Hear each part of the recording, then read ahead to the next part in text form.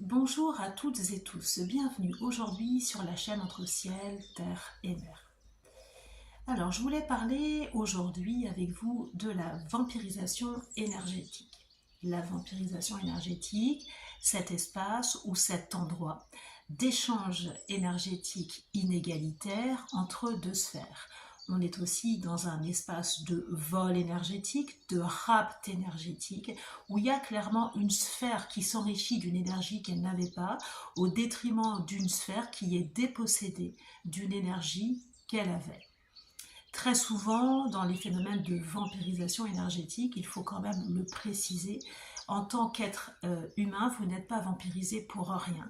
Vous êtes vampirisé et repéré dans certains cas pour ça, parce que vous avez un haut taux d'énergie, un haut taux vibratoire, vous êtes détenteur et porteur de quelque chose de très positif que la personne en fait en face de vous qui vient vous vampiriser n'a pas, ne peut pas avoir ou ne pourra jamais avoir ou n'est pas en capacité ou ne veut pas faire le travail sur lui ou sur elle pour l'avoir.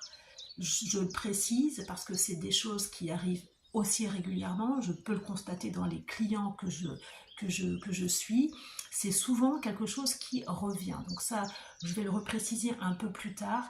Il faut bien distinguer les cas de vampirisation énergétique consciente de ceux qui sont inconscients, même s'ils produisent les mêmes effets au niveau de votre énergie. La mise en place d'actions va être complètement différente si vous êtes en présence d'une personne qui vient sciemment vous vampiriser, d'une autre en fait qui le fait sans le savoir. Donc ça va vous demander un travail à vous, d'introspection, de travail sur vous et de vigilance lorsque vous allez rencontrer cette personne ou retraverser cet endroit. Parce que les deux situations de vampirisation énergétique que je vais analyser, enfin en tout cas que je vais essayer de décortiquer un petit peu plus en amont, ont lieu souvent soit au contact d'une personne ou soit au contact d'un lieu, d'un endroit. Ça peut être un lieu de vie, un lieu de passage ou une terre ou un territoire. Je vais globaliser tout ça parce que c'est une vidéo courte, mais je pourrais faire une vidéo un peu plus détaillée après par rapport aux énergies des lieux, des endroits ou des maisons. Ce que je veux expliciter également, c'est qu'on est dans un cas de vampirisation énergétique, on est tous différents, vous allez être dépossédé, ou vous êtes souvent dépossédé d'un taux énergétique et vibratoire qui va avoir des conséquences et des incidences plus ou moins importantes, plus ou moins longues, plus ou moins intenses sur l'ensemble de vos corps.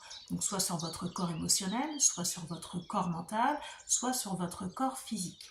Donc c'est à ça qu'il va falloir prêter attention parce que savoir, on n'a pas je ne sais pas comment ça s'appelle, un instrument de mesure sur soi pour s'apercevoir qu'on a été littéralement vidé de son taux énergétique. Généralement, on s'en aperçoit parce qu'il y a des manifestations très concrètes et très réelles à certains endroits de notre corps ou de notre mental.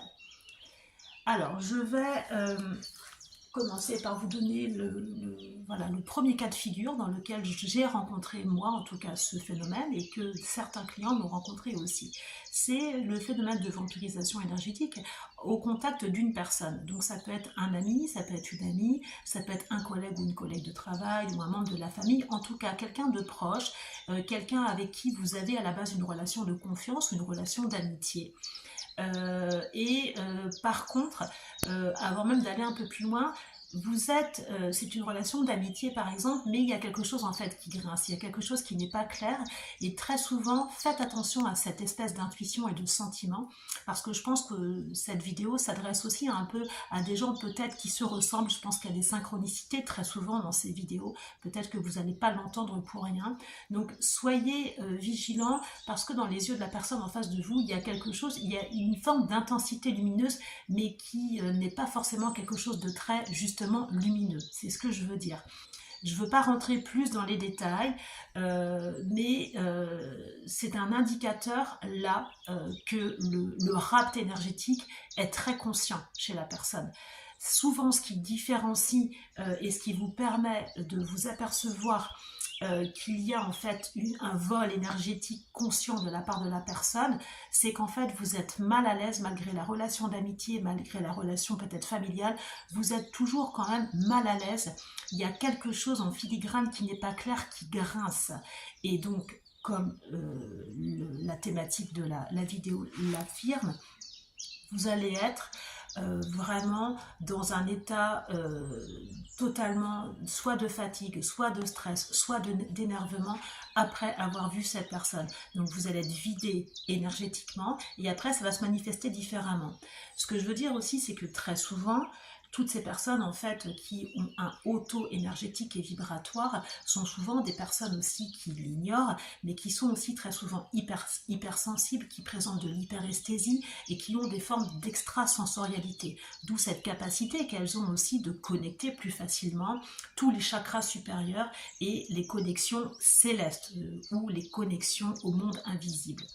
Ce que je voulais dire, c'est que aussi, justement du fait de leur hyperesthésie, eh bien, les personnes qui sont vampirisées peuvent aussi prendre sur elles ou sur eux les traits physiques de fatigue de la personne qui les vampirise. Il y a comme une espèce de transfert, donc par contre je vous rassure, ça ne dure pas, parce que la personne qui vampirise, comme elle n'est pas capable de produire cette énergie-là, va revenir à un moment donné rechercher sa dose énergétique parce qu'elle ne peut pas continuer comme ça. Donc ce que je voulais vraiment vous spécifier sans faire en sorte de vous méfier de tout le monde.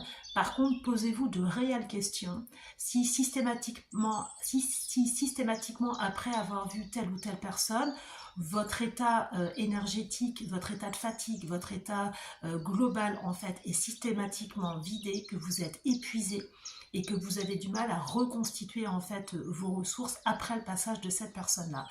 Donc, l'invitation, c'est vraiment en fait de vous obliger d'avoir une forme de discipline avec vous-même pour la prochaine fois vraiment être conscient avant le rendez-vous, pendant et après de ce qui se passe, de ce qui se joue. Et depuis cet espace-là, de poser les crayons et de voir déjà ce que vous faites. Essayez peut-être une stratégie, essayez de mettre en place une action, éventuellement pour atténuer, pour commencer peut-être à sortir de cette relation et surtout de distinguer la notion de conscience ou de non-conscience de la part de la personne qui vous vampirise. C'est assez subtil, l'interrogatoire forcément n'est pas de mise parce que c'est pas toujours évident. Mais après, chacun pourra trouver des outils, des stratégies. Donc moi, je peux vous accompagner si vous le souhaitez. Mais autrement, il y a pas mal d'outils et de stratégies pour sortir de ces situations. Donc ça, c'était le premier cas. Le deuxième cas, c'est qu'on peut être vampirisé au contact d'un lieu, d'un territoire ou d'une région. Donc là, je vais m'arrêter plutôt sur un lieu de passage ou un lieu de travail. D'accord ? Donc, quand c'est un lieu d'habitation, c'est autre chose, ce sont les mêmes effets, mais ça fera l'objet d'une autre vidéo sur un peu plus les liens avec la géobiologie et ce qui peut s'y passer. Pas ce qui peut s'y passer, mais comment la géobiologie peut vous accompagner ou peut vous aider. Pour ce qui concerne la vampirisation des lieux, je vais prendre l'exemple du fait que j'anime de temps en temps en fait, des sessions de formation et que en tant qu'indépendante, heureusement, j'ai le choix en fait, d'accepter ou de refuser certaines missions. Je me suis vite aperçue que quand je vais dans un endroit bien spécifique, et bien systématiquement, dès l'instant où je passe la porte de cet endroit-là, je me sens pas bien, mon corps se rétracte, j'ai vraiment une sensation, vous savez, comme les cafetières italiennes avec le bouton poussoir, là, d'être complètement écrasée et d'être vidée. Vidée, que c'est vraiment que qui je suis, en tout cas, mon taux énergétique est aspiré par le sol. Alors, je ne sais pas si ça va parler à tout le monde, mais c'est vraiment quelque chose que j'expérimente et que j'ai expérimenté régulièrement. Et très souvent, en fait, je suis, moi, en tant qu'hyperesthésique, très connectée, en fait, au lieu, au langage des sols, au langage des murs, aux empreintes mémorielles, des endroits et de ce qui s'est passé. Et très souvent, d'ailleurs aussi, peut-être que certains ou certaines se retrouveront, avant d'arriver dans ce lieu, pour la première fois que je ne connais pas, ce lieu négatif, mon corps m'en informe. Moi, ça se manifeste souvent par un état de nausée, un mauvais pressentiment, une sensation en fait de panique, un système de veille qui se met automatiquement en route, comme s'il il allait y avoir un danger.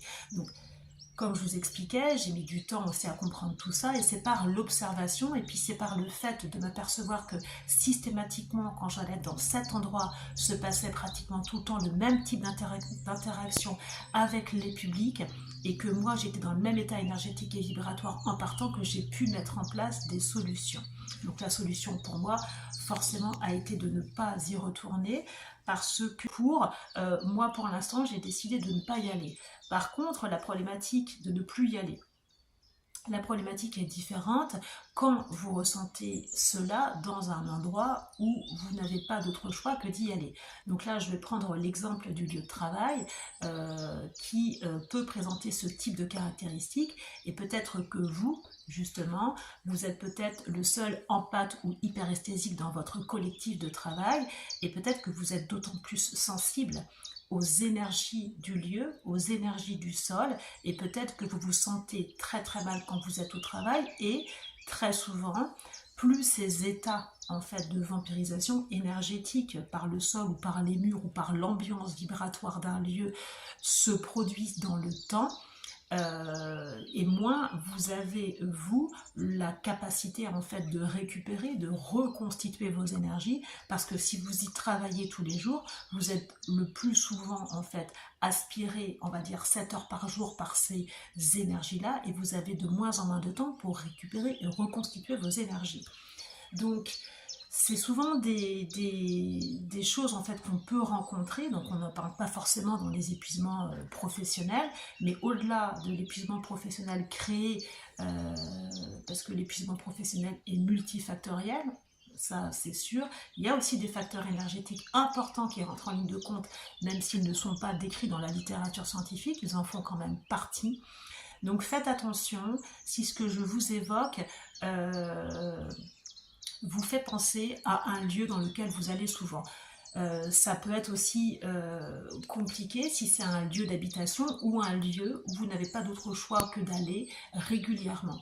Donc l'invitation, c'est peut-être maintenant fort de cette prise de conscience, peut-être d'y retourner avec une forme de grille d'observation pour voir un petit peu ce qui se passe en vous pendant que vous y êtes et après. Et puis, chaque chose en son temps, le but n'est pas de paniquer, mais par contre de vraiment trouver à l'instant T des stratégies de protection, des stratégies pour limiter l'impact et de l'emprise énergétique de ces endroits, en tout cas sur vous, et ces vols énergétiques qui vont vous déposséder petit à petit de vous-même et vous ôter toute capacité de rebond. Il y a des situations où vous allez pouvoir vous faire accompagner avec facilité. Certains, ça va être juste une opportunité aussi pour conscientiser quelque chose et peut-être clôturer une relation professionnelle. Enfin, je ne sais pas. Pour d'autres, ça va être peut-être plus compliqué. Donc, dans ce cas-là, n'hésitez pas aussi à me contacter moi pour vous faire accompagner d'un professionnel pour peut-être sortir de ces situations. Ce que je voulais vous dire, c'est que le vampirisme énergétique, la première clé pour en sortir, c'est d'en être conscient. Et j'en suis conscient quand je m'aperçois que systématiquement, il y a un avant, un après, qu'il y a une déperdition très très importante d'énergie au contact de telle personne ou de tel endroit. Il y a un phénomène de récurrence, il y a un phénomène de redondance et c'est systématique. Dès l'instant où vous êtes sur ces systématisations, vous pouvez être quasi certain qu'on est dans une situation de vampirisation énergétique. Après, il va falloir aller qualifier ce lien de vampirisation énergétique avant d'agir, bien entendu, mais ce sera le préalable. Alors j'espère que cette vidéo vous aura éclairé ou peut-être permis de commencer à conscientiser certaines choses et n'hésitez pas à me contacter pour avoir plus d'informations si besoin. Bonne journée, au revoir.